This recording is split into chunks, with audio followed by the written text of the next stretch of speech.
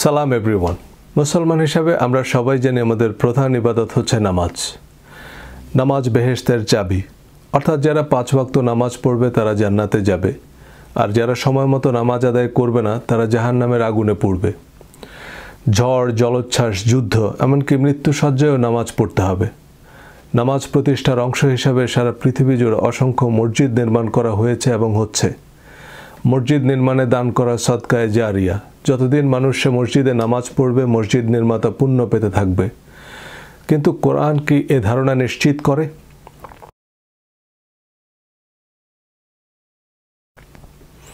কোরআনে 82 বার সালাত বা নামাজের কথা বলা হয়েছে বলে আমরা জানি, কিন্তু কি বলা হয়েছে? এই ভিডিওতে তার ডিটেল আলোচনা করব ইনশাআল্লাহ। বেসড অন মাই আন্ডারস্ট্যান্ডিং, কোরআনে সালাত দ্বারা কেবল আমাদের পরিচিত প্রচলিত নামাজকে বোঝানো হয়নি, বরং এর অর্থ অনেক ব্যাপক। পরিচিত এবং প্রচলিত নামাজকে জাস্টিফাই করতে হলে হাদিস এবং ফিকাহকে অব্লিগেটরি কমান্ডমেন্টস হিসাবে কনসিডার করতে হবে। বাট ইন দিস কেস, কোরআন যে সম্পূর্ণ, পরিপূর্ণ এবং একমাত্র ডিভাইন কমান্ডমেন্ট, কোরআনের এই ডিক্লারেশনকে ডিনাই বা ওভাররুল করতে হচ্ছে।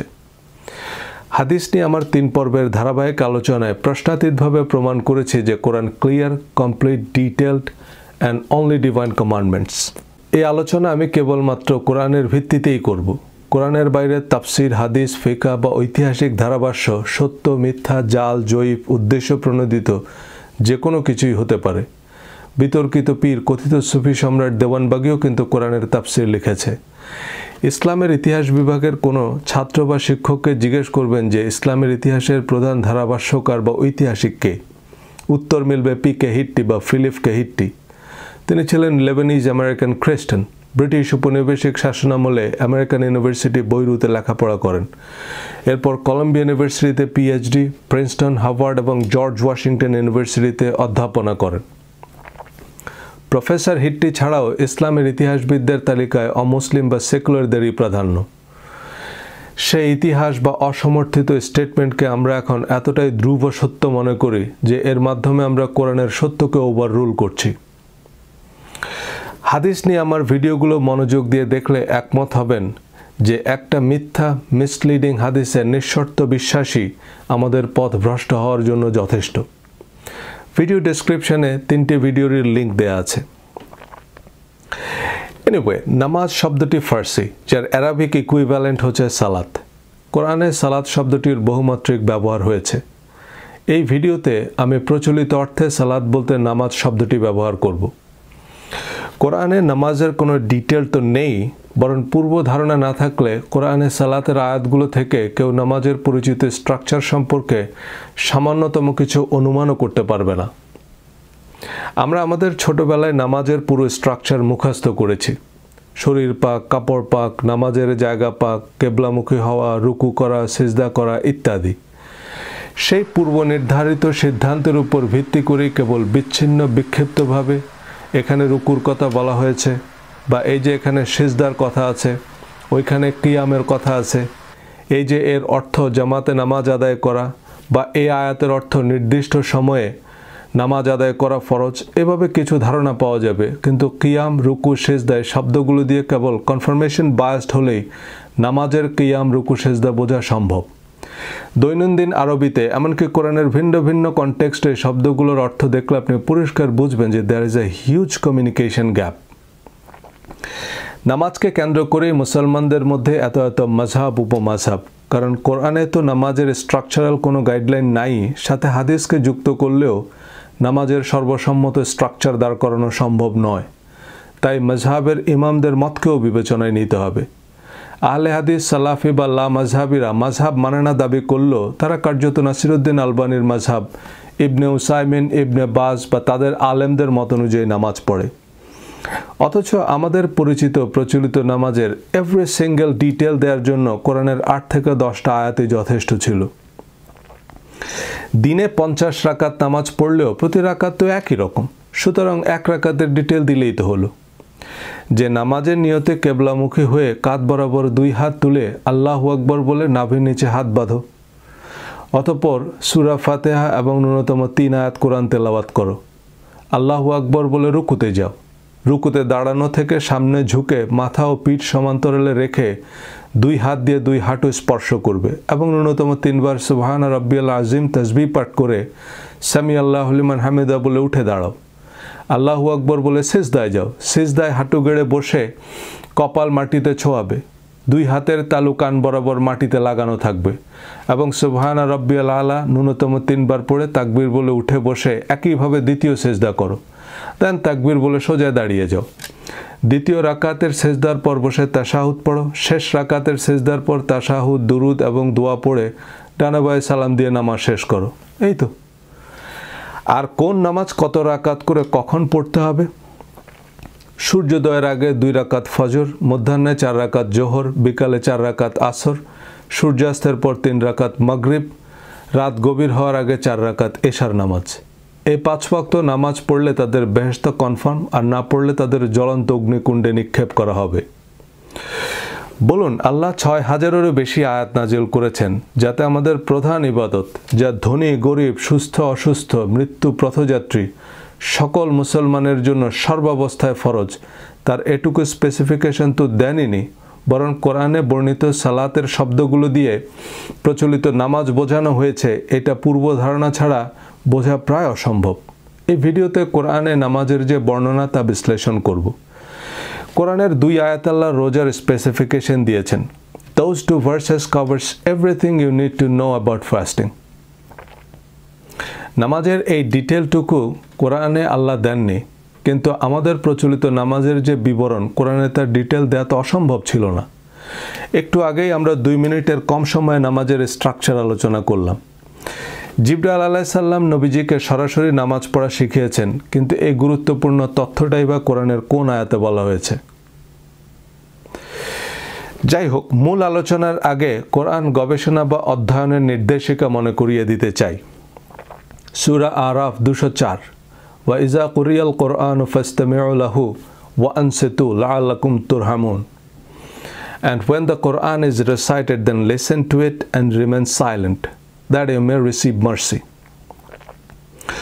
Ansitu, or be silent, which is referring to any internal dialogue or preconceived notions, needs to be silent. তাই নামাজ সম্পর্কে আমাদের যে কোনো পূর্বানুমানকে মিউট করে শুনুন কোরআন কি বলছে। আরবি সালাহ শব্দের আবিধানিক অর্থ হচ্ছে following someone or something closely, এবং আল মুসাল্লি মানে ছায়ার মতো আনকাট ফলোয়ার। হর্স রেসে যে ঘোড়া প্রথম হয় তাকে বলা হয় সাবেক বা লিডার। দ্বিতীয় ঘোড়াকে বলা হয় আল মুসাল্লি, কারণ সে প্রথম ঘোড়ার ক্লোজড ফলোয়ার।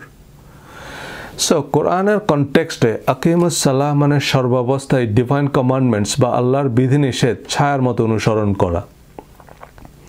অনেক স্কলাররা অবশ্য বলছেন যে মুসাল্লি শব্দটা কেবল হর্স রেসের বেলাতেই প্রযোজ্য, কোরআনের কনটেক্সটের অর্থ অনুসারী বোঝায় না। Let's have a look. এই ভিডিওতে ফলোইং ক্লোজলি অর্থে আমি কমান্ডমেন্ট, ডিভাইন কমান্ডমেন্ট বা কোরআন ব্যবহার করব। কমান্ডমেন্ট মানে স্বর্গীয় বা ঐশ্বরিক বিধিবিধান যা অনুসরণ করা বাধ্যতামূলক। সূরা কিয়ামা, ফালা সাদ্দাকা ওয়ালা সাল্লা ওয়ালাকিন কাজ্জাবা ওয়া তাওয়াল্লা। এই আয়াতের পূর্বানুমান ভিত্তিক অনুবাদ হচ্ছে, he had not believed nor had he prayed, instead he denied and he turned away. সে বিশ্বাসও করেনি, নামাজও পড়েনি, বরং সে অবিশ্বাস করল এবং মুখ ফিরিয়ে নিল। এই আয়াতের প্রেক্ষাপটে সাল্লাহ মানে কোনোভাবে নামাজ নয়। প্রথম আয়াতে সাদ্দাকা মানে সত্য বলা, স্বীকার করা বা বিশ্বাস করা। এর বিপরীত হচ্ছে কাজ্জাবা, অর্থাৎ মিথ্যা বলা, অস্বীকার করা বা অবিশ্বাস করা। আর তাওয়াল্লা মানে টার্নড অ্যাওয়ে বা ড্রাইভ ব্যাক, যার বিপরীতার্থক হিসেবে ব্যবহার করা হয়েছে সাল্লাহ, অর্থাৎ টার্ন টুওয়ার্ডস, ফলো বা অনুসরণ করা। সুতরাং এই আয়াতদ্বয়ের যৌক্তিক অনুবাদ হচ্ছে, he had not believed nor had he followed, instead he denied and turned away. Very simple analogy. সূরা আনকাবুত আয়াত 45। এখানে সালাতের অর্থ নামাজ ধরে অনুবাদ করলে এর অর্থ দাঁড়াবে, recite O Muhammad what has been revealed to you of the book and observe salat. Indeed, salat prohibits immorality and wrongdoing. আপনি কোরআন পড়ুন এবং নামাজ আদায় করুন। নিশ্চয়ই নামাজ অনৈতিক এবং অন্যায় কাজ থেকে ফিরায় রাখে। কিন্তু নামাজকে নিশ্চিতভাবে অনৈতিক এবং অন্যায় কাজ থেকে ফিরায় রাখে? একজন মানুষ 5 ওয়াক্ত নামাজ পড়ে, একই সাথে অন্যায় অনৈতিক কাজে লিপ্ত হতে পারে। একমাত্র কোরআনের নিরবিচ্ছিন্ন অনুসরণ বা কনস্ট্যান্টলি ফলোয়িং ডিভাইন কমান্ডমেন্টসই একজন মানুষকে নিশ্চিতভাবে অন্যায় অনৈতিক কাজ থেকে ফিরায় রাখবে। সুতরাং এই আয়াতের যৌক্তিক অনুবাদ হবে, Recite, O Muhammad, what has been revealed to you of the book and act accordingly. Indeed, following Quran closely prohibits immorality and wrongdoing.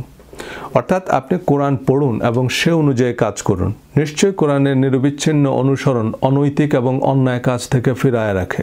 সূরা আহজাবের 56 নং আয়াত, ইন্নাল্লাহা মালাইকাতাহু ইউসাল্লুনা আলান নবী। এখানে আল্লাহ ও তার ফেরেশতাগণ নবীর উপর সালাত পড়েন এমন নয়, বরং এর অর্থ হচ্ছে আল্লাহ ও তার ফেরেশতারা নবীকে ক্লোজলি ফলো করে, which indicates a supporting system.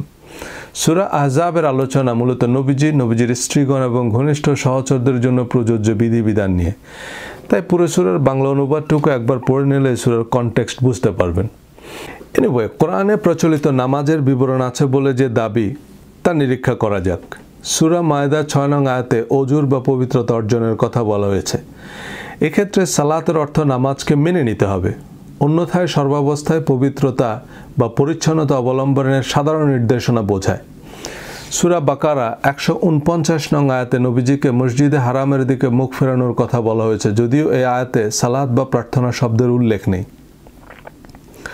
সূরা হজ 26 নং আয়াতে আল্লাহ হযরত ইব্রাহিম আলাইহিস সালামকে বলছেন, Purify my house for those who perform tawaf and those who stand and those who bow and prostrate. এই আয়াতে দাঁড়ানো, রুকু এবং সিজদার কথা আছে, কিন্তু সালাত বা প্রার্থনার উল্লেখ নেই। এই কিয়াম, রুকু, সিজদা দ্বারা নামাজ বোঝা বেশ কঠিন, বরং কিয়াম, রুকু, সিজদা এই শব্দগুলো ফলোয়িং কমান্ডমেন্টসের সাথে বেশি সঙ্গতিপূর্ণ। আকিম simply means to set something upright and maintaining it. Surah Ar-Rahman, وَأَقِيمُوا الْوَزْنَ بِالْقِسْطِ وَلَا تُخْسِرُوا الْمِيزَانَ, and uphold the weight with equity and do not cheat in the weights and measures. তোমরা যথাযথভাবে ওজন করো, ওজন বা পরিমাপে প্রতারণা করো না। এখানে আকিমুল ওয়াজনা মানে নিশ্চয় দাঁড়িয়ে ওজন করা নয়। So aqimus salah simply means uphold the divine commandments laid out in the Quran. এর থেকে নামাজের কিয়াম অর্থ করা বেশ কঠিন, এবং সালাতের অর্থ যদি হয় আল্লাহর সব আদেশ নিষেধ মেনে চলা, তবেই কেবল সালাত জান্নাতের চাবি। কিন্তু নামাজ অর্থে সালাত কখনোই বেহেশতের চাবি হতে পারে না। তাহলে তো কোরআনের বাকি কমান্ডমেন্টসের আলোচনা অর্থহীন। একজন মানুষ 5 ওয়াক্ত নামাজ পড়ে, আবার ওজনে কম দেয়, প্রতারণা করে, মিথ্যা কথা বলে, আমানতের খেয়ানত করে, সে কি বেহেশতে যাবে? প্রত্যেক আরবিতে রুকু মানে ঝোঁক, প্রবণতা, yielding বা টেন্ডেন্সি টুয়ার্ডস সামথিং। আরেকটি অর্থ হচ্ছে সচ্ছল অবস্থা থেকে আর্থিকভাবে নুয়ে পড়া। সূরা মায়দার 55 নং আয়াত, ইউকিমুনা সলাতা ওয়া ইউতুনা যাকাতা ওয়া হুম রাকিউন। Those who observe salat and give zakat while they are bowing. যারা সালাত কায়েম করে এবং জাকাত প্রদান করে রুকু অবস্থায়। এই রুকু অবস্থায় মানে নামাজের রুকু ধরলে সালাত মানে নামাজ নয়। এই আয়াতে রুকু মানে বিনীতভাবে বা আর্থিকভাবে পতিত অবস্থায়ও জাকাত দিতে বলা হয়েছে।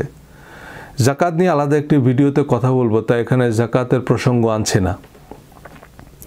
নামাজের রুকুর কথা বললে সালাত কায়েম করার মধ্যেই তো রুকু আছে। জামাতে নামাজ আদায়ের নির্দেশনা দেওয়া হয়েছে কোথায়?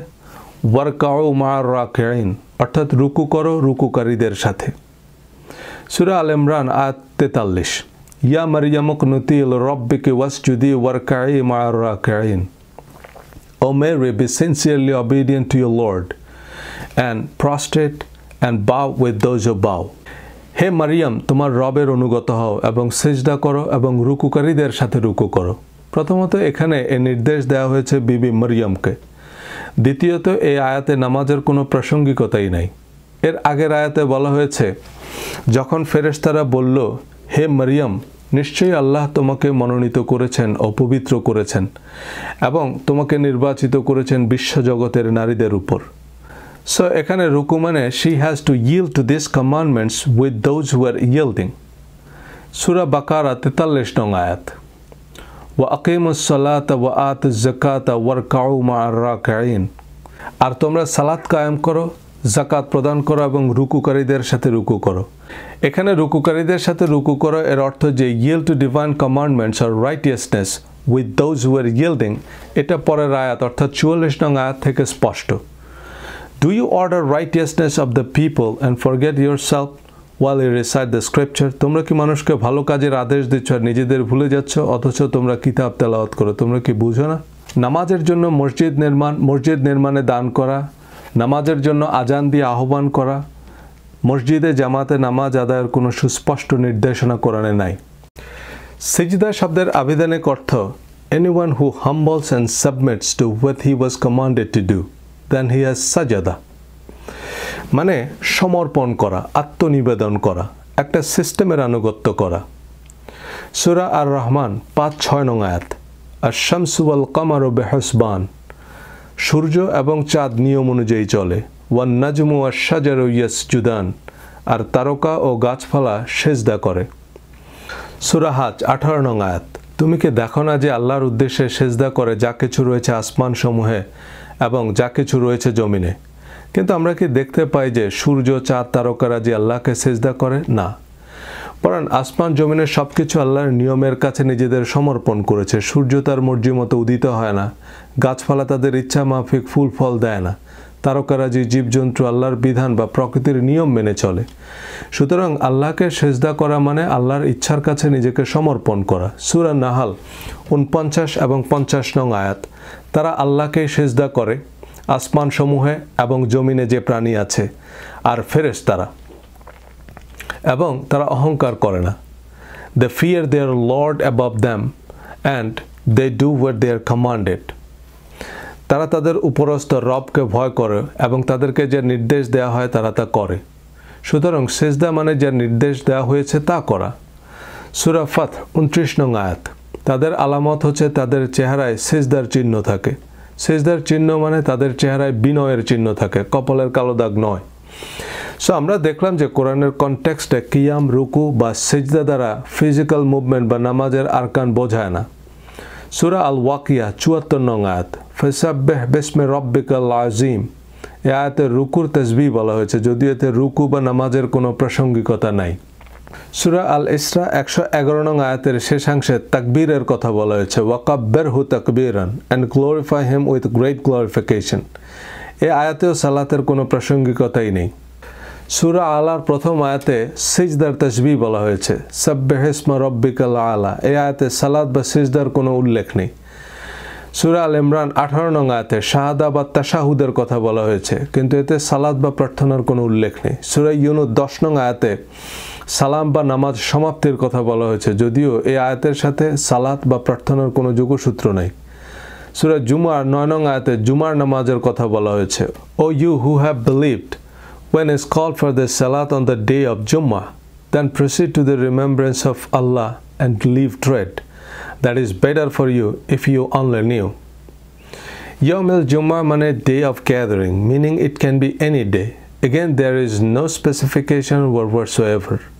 Surah Hud 114 নং আয়াত এবং সূরা ইসরার 78 নং আয়াতে নামাজের সময়ের কথা বলা হয়েছে, যদিও এই দুটি আয়াত থেকে দুটি সময়ের ধারণা পাওয়া যায়। সূরা নূরের 58 নং আয়াতে এই দুটি সালাতের নাম সালাতুল ফজর এবং সালাতুল এশার উল্লেখ করা হয়েছে, যদিও সে আয়াতের আলোচনার সাথে নামাজের কোনো সম্পর্ক নাই, দিনের নির্দিষ্ট সময় বোঝানো হয়েছে।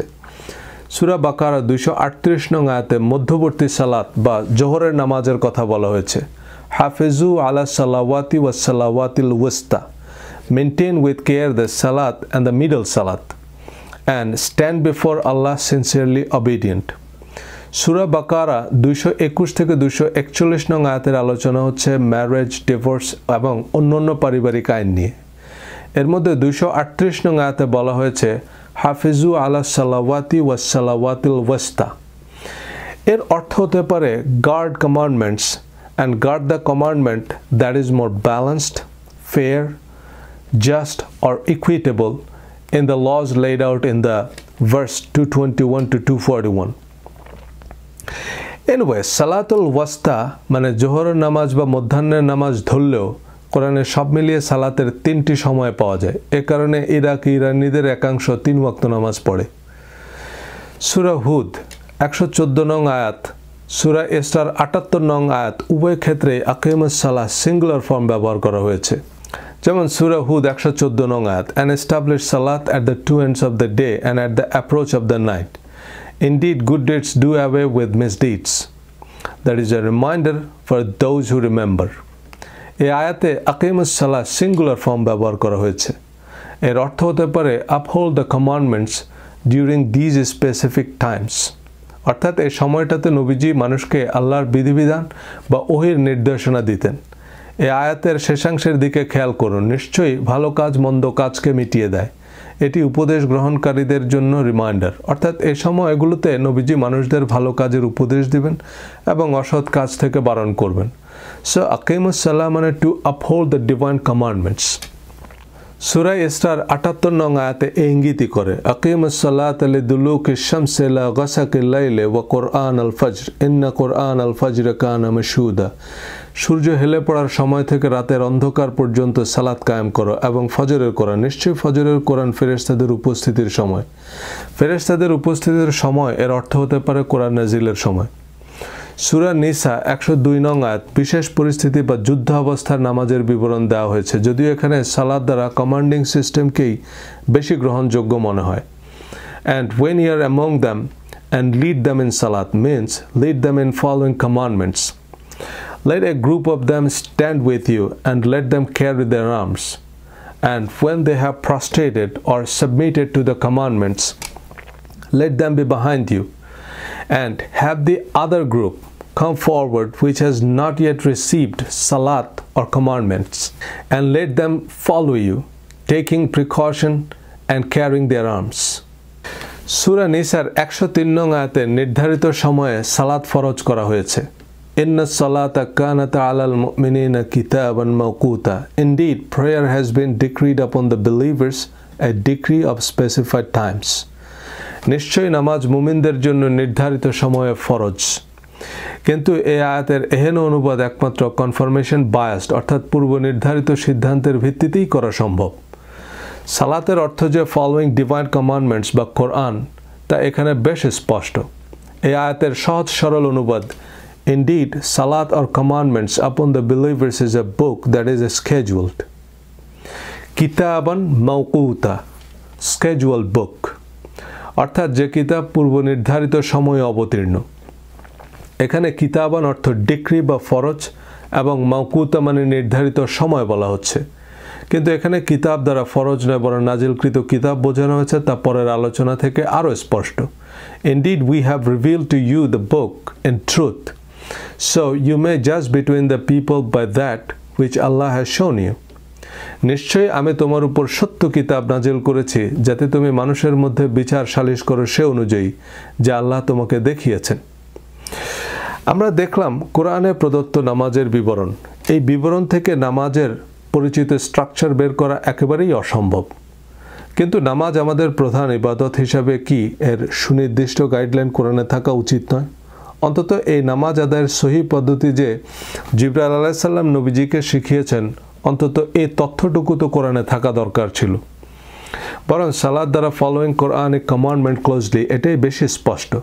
জান্নাতের প্রকৃত চাবি শীর্ষক একটি ভিডিওতে কোরআনের সুস্পষ্ট বর্ণনা অনুযায়ী কারা জান্নাতে প্রবেশাধিকার পাবে এবং জান্নাতের প্রবেশাধিকার সম্পর্কিত কমান্ডমেন্ট নিয়ে আলোচনা করেছি। সে ভিডিও থেকে পরিষ্কার ধারণা পাবেন what Allah wants us to do, এবং যারা সেসব কমান্ডমেন্টস ফলো করবে তারাই মুসাল্লি বা সৎকর্মশীল, আর তারাই বেহেশতের সুসংবাদ প্রাপ্ত। মুসাল্লিদের চারিত্রিক বৈশিষ্ট্য আল্লাহ ব্যাখ্যা করেছেন সূরা 70 ভার্স 23-34। আল মুসাল্লিন বলে এর পরের আয়াতগুলোতে আল্লাহ মুসাল্লিদের চরিত্র বৈশিষ্ট্য বলেছেন, আল্লাযিনা হুম আলা সলাতিহিম দাঈমুন, those who are constant in following commandments. এখানে দাঈমুন বা কনস্ট্যান্ট মানে আনইন্টারাপ্টেড অর আনকাট। নামাজ তো আর আনইন্টারাপ্টেড, আনকাট বা বিরামহীন নয়, দুই ওয়াক্ত নামাজের মাঝে তো বিরতি থাকে। And those within whose wealth is a known right for the petitioners and deprived. এবং যাদের সম্পদের নির্ধারিত অধিকার রয়েছে সাহায্য প্রার্থী ও বঞ্চিতদের।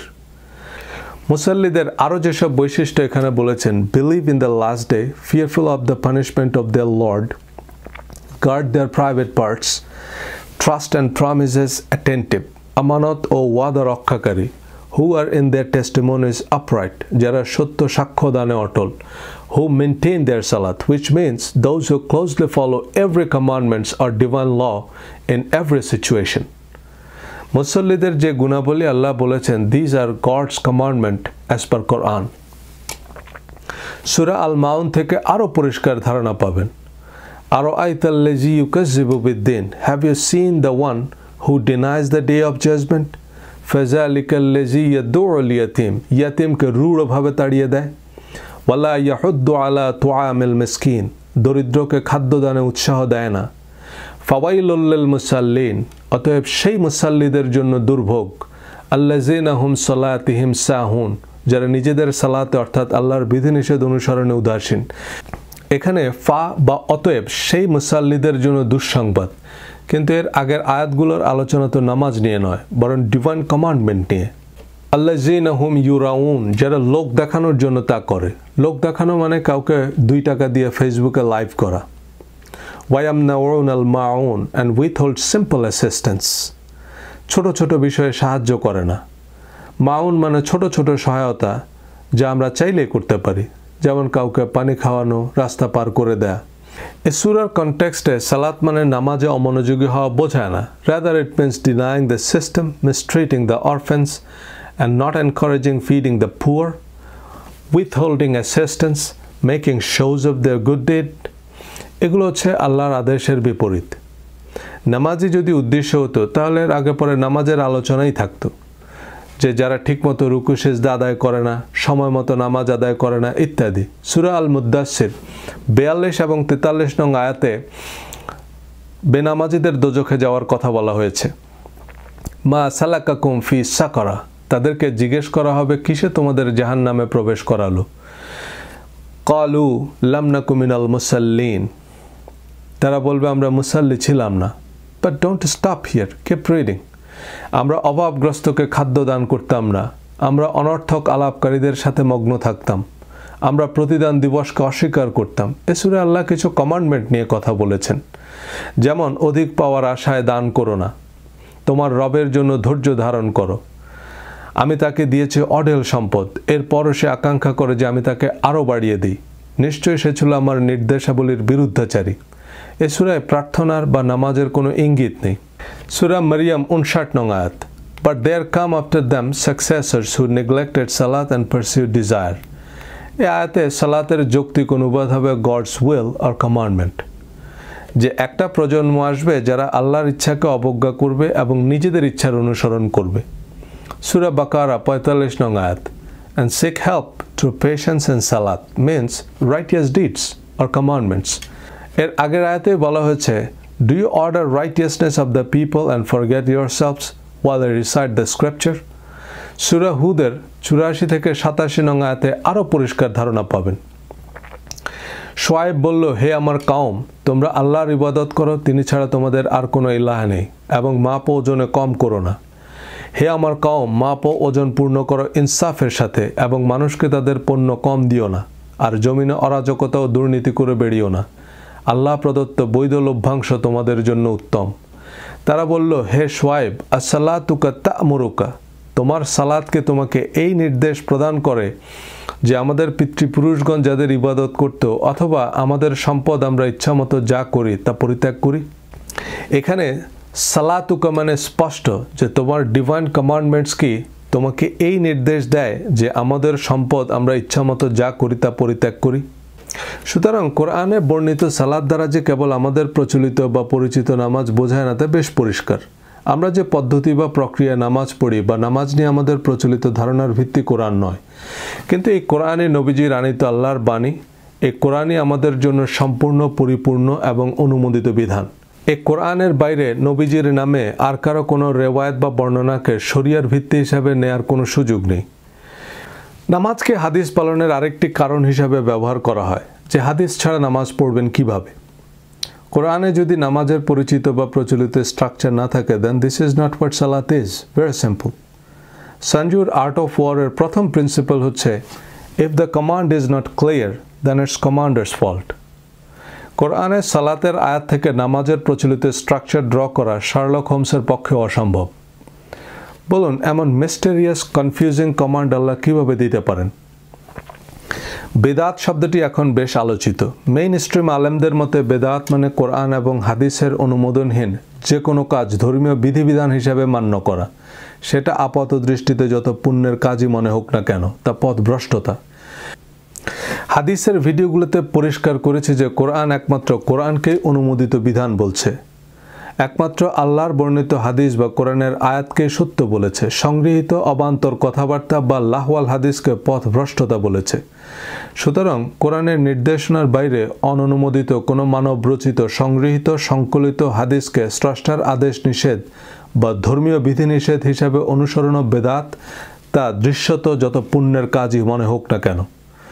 হাদিসের বিশুদ্ধতা নির্ণয়ের আসলে কোনো সর্বসম্মত বা বৈজ্ঞানিক মানদণ্ড নেই। ইমাম আবু হানিফা, শাফি বা নাসিরুদ্দিন আলবানির মতো পণ্ডিতরা যেখানে একমত হতে পারেনি, সেখানে আমরা কীভাবে কুলকিনারা করব? আর রাজনৈতিক অর্থনৈতিক স্বার্থে ধর্মকে ম্যানিপুলেট করার উদাহরণ তো আমাদের সামনেই আছে। কত শত সহস্র ভ্রান্ত ভ্রষ্ট মতবাদ আছে যা হাদিস সম্মত নয়, কিন্তু এসব তথাকথিত বিশ্ব আশিক রাসূল সম্মেলনে লক্ষ লক্ষ মানুষের সমাগম হয়। তাবলিগ জামাতের অনেকে টঙ্গীর ইজতেমাকে হজের সাথে তুলনা করে। তাদের ফাজাইলে আমল বা জিকির হাদিস সম্মত নয়, কিন্তু তাদের কাছে ফাজাইল সিরিজ প্রধান অনুসরণীয়। অনেক অনেক মাজার বা দরগায় যা হয় তা মূর্তি পূজার মতোই শিরক। আব্দুল কাদের জিলানী, খাজা মাইনুদ্দিন চিশতি, বায়েজিদ বোস্তামি সম্পর্কে এমন অসংখ্য আজগুবি কল্পকাহিনী সমাজে প্রচলিত যা সম্পূর্ণ ভিত্তিহীন, অথচ এসব ভিত্তিহীন গল্পগুজব পাঠ্য বইয়ে অন্তর্ভুক্ত হচ্ছে।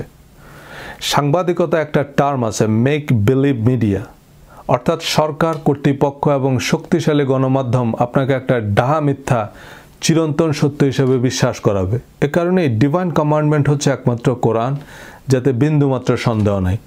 হাদিস বা ঐতিহাসিক বর্ণনা সাধারণ সত্য বা উপদেশ হিসেবে বিবেচ্য হতে পারে যদি তা কোরআনের বক্তব্যের পরিপন্থী বা কোরআনের সাথে অসামঞ্জস্যপূর্ণ না হয়। না, আমাদের প্রচলিত বা পরিচিত নামাজের যে স্ট্রাকচার তা কোরআন বিরুদ্ধ নয়। কোরআনে সালাত শব্দটি প্রার্থনা অর্থেও ব্যবহৃত হয়েছে এবং এই ভিডিওতে আলোচ্য অনেক আয়াতে সালাতের অর্থ প্রার্থনাও বোঝায়।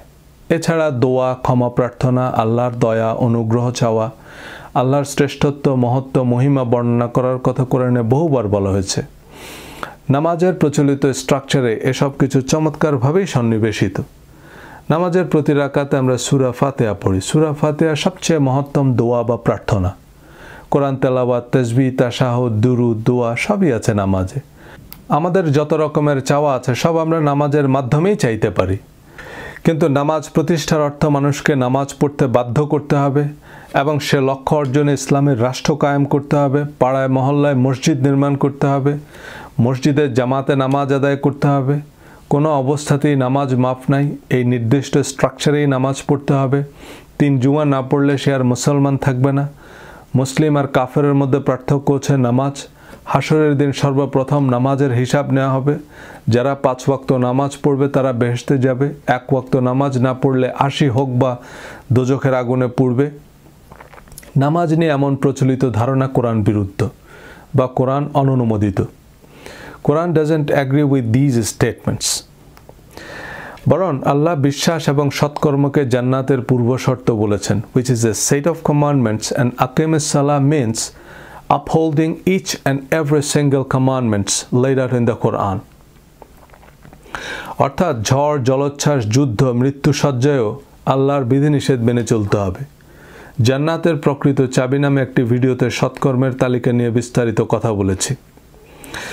নামাজ আমাদের জন্য একটি মহত্তম প্রার্থনা। নামাজে দাঁড়িয়ে আমরা সব আবেদন, নিবেদন, কামনা, বাসনা, রোগ, শোক, দুঃখ, দুর্দশা, অভাব, অনটন, জীবন জীবিকা, সমাজ সংসারের শত সমস্যা সরাসরি সর্বশক্তিমান আল্লাহর কাছে উত্থাপন করি। যত অভিযোগ, অনুযোগ, প্রাপ্তি, অপ্রাপ্তি, আশা, আকাঙ্ক্ষা, ভয়, ভীতি, অজানা আশঙ্কা পরম করুণাময়ের কাছে সমর্পণ করি। সিজদায় নত হয়ে পরম দাতা, দয়ালু আল্লাহর মহত্ব, শ্রেষ্ঠত্ব, মহিমা গাই। সব ভুল ভ্রান্তি, পাপ তাপের ক্ষমা চাই অসীম ক্ষমাশীল স্রষ্টার কাছে। মহাজ্ঞানী মহাপ্রভুর কাছেই চাই সাহায্য, শক্তি, সাহস ও সত্য পথের দিশা। যত রকমের দোয়া দাবি আছে সবই নিবেদন করি নামাজে। কিন্তু আমরা বেশিরভাগ মানুষ হন্তদন্ত হয়ে মসজিদে ছুটে গিয়ে হড়বড় করে মুখস্থ কিছু জিনিস করছি আর সেটাকে নামাজ নাম দিচ্ছি। নামাজ বা প্রার্থনা হচ্ছে আত্মশুদ্ধির পথ, আত্ম উন্নয়নের সিঁড়ি। এই সালাত বা প্রার্থনায় সবচেয়ে জরুরি হচ্ছে স্টেট অফ মাইন্ড। সালাতের ফিজিক্যাল মুভমেন্ট বা সুনির্দিষ্ট কোনো পদ্ধতি বা প্রক্রিয়ার ধারণা কোরআন থেকে পাওয়া যায় না, নাভির নিচে না উপরে। এই হাস্যকর বিতর্কের বিতার্কিকরা জানেন কিনা যে হাত বাঁধা না বাঁধার কোনো আলোচনাই নাই কোরআনে। প্রার্থনায় আত্মিক বা আধ্যাত্মিক দিকটাই প্রধান। নামাজের মাধ্যমেই আপনি যুক্ত হচ্ছেন মহাশক্তিমান মহাপ্রভুর সাথে। প্রার্থনা আমাদের জন্য মহত্তম উপহার, কারণ মহাপরাক্রমশালী মহান স্রষ্টা আমাদের প্রার্থনার জবাব দেন।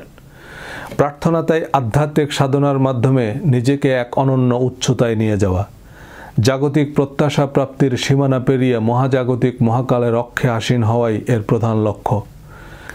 সব ধর্মের ধর্মগুরুরা ধ্যান সাধনার মাধ্যমে নিজেদের মহাজাগতিক নক্ষত্রে পরিণত করেছেন।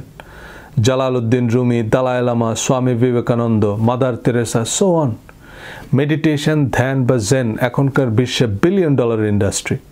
অনেক রিলিজিয়াস লিডার বা অর্গানাইজেশন আছে যারা ধর্মভিত্তিক স্পিরিচুয়াল বা আত্মশুদ্ধির ট্রেনিং দিচ্ছেন।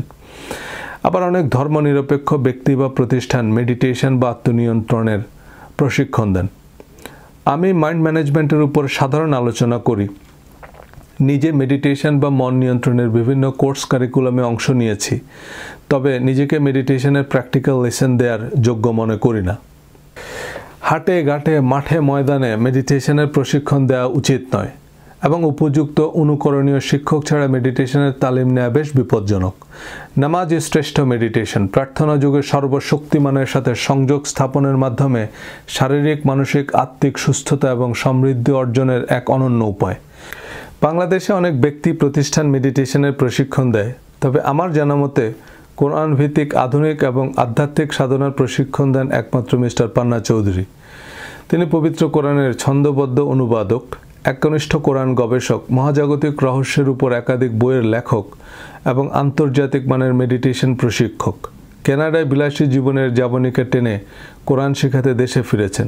গুলশানে ওনার অফিসে নিয়মিত কোরআনের পাঠচক্র হয়। আমি ওনাকে ফেসবুকে ফলো করি। নামাজে দাঁড়িয়ে স্বর্গমর্তের সংযোগ তৈরি করতে চাইলে ওনার অফিসে যোগাযোগ করে পাঠচক্রে অংশ নিতে পারেন। আমি আমাদের প্রচলিত পদ্ধতিতেই নামাজ পড়ি, কারণ এতে আমি অভ্যস্ত, এতেই আমি স্বাচ্ছন্দ্য বোধ করি। কিন্তু এই পদ্ধতি, প্রক্রিয়া এবং নামাজের এই প্রচলিত ধারণা কোরআন বিধিত, নির্ধারিত বা চূড়ান্ত নয়। কিন্তু 3 অবস্থায় সালাত আদায় করা যাবে না তা কোরআনে বেশ স্পষ্ট করেই বলা আছে।